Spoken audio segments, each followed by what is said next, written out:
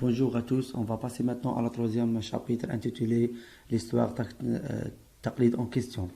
Ibn Khaldoun dit le narrateur se borne à transmettre les faits bruts, mais à la critique de trier le bon grain, de livrer à la science de polir la vérité, polir la critique.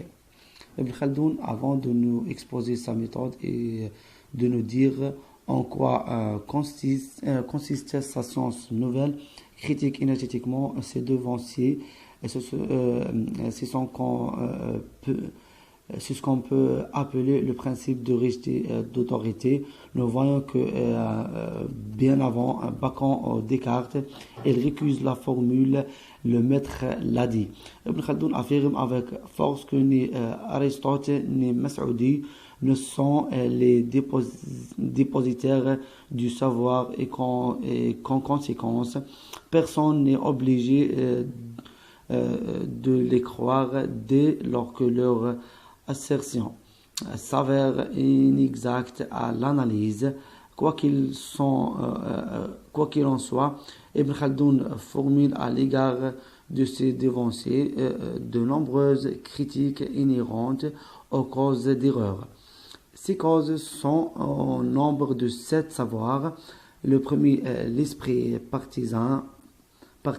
Le deuxième, conférence aveugle dans les informateurs. Le troisième, méconnaissance de scène réelle de l'événement. Le quatrième, prétention de détenir la vérité. Le cinquième, maquillage délibéré. Le sixième, interpolation abusive. Et le dernier, le septième, l'ignorance. Ces causes d'erreur se réduisent en fait à une problématique de 3 volets. Les représentations collectives, l'honnêteté du chercheur et le troisième, le niveau de la connaissance. D'abord, toute culture est perçue à travers des représentations collectives. Ce n'est pas les choses qui nous affectionnent, mais l'opinion que l'on a. Donc, l'homme n'est pas, à conséquence, point une mécanique, un robot comme si plus le fait croire Watson dans sa théorie de behaviorisme. Outre cela, les représentations collectives ne peuvent dire ce sont souvent des moules préétablis. Bref, on colle littéralement à chaque groupe pays, voire à chaque ère ethnographique ou culturelle, une étiquette stéréotypée, partisane, une caractéristique erronée. Ensuite, le mythe est l'une des composantes fondamentales de l'opinion publique. Le second palier porte sur la sincérité de l'objectivité. Le bon historien définit né d'aucun temps, né d'aucun pays. Et on a trouvé le contraire avec la théorie d'Émile Durkheim, 1858-1917. Le fait social s'appuie exclusivement sur la contrainte sociale, oppression. Issu d'une famille de rabbins en mœurs austères et structure patriarcale.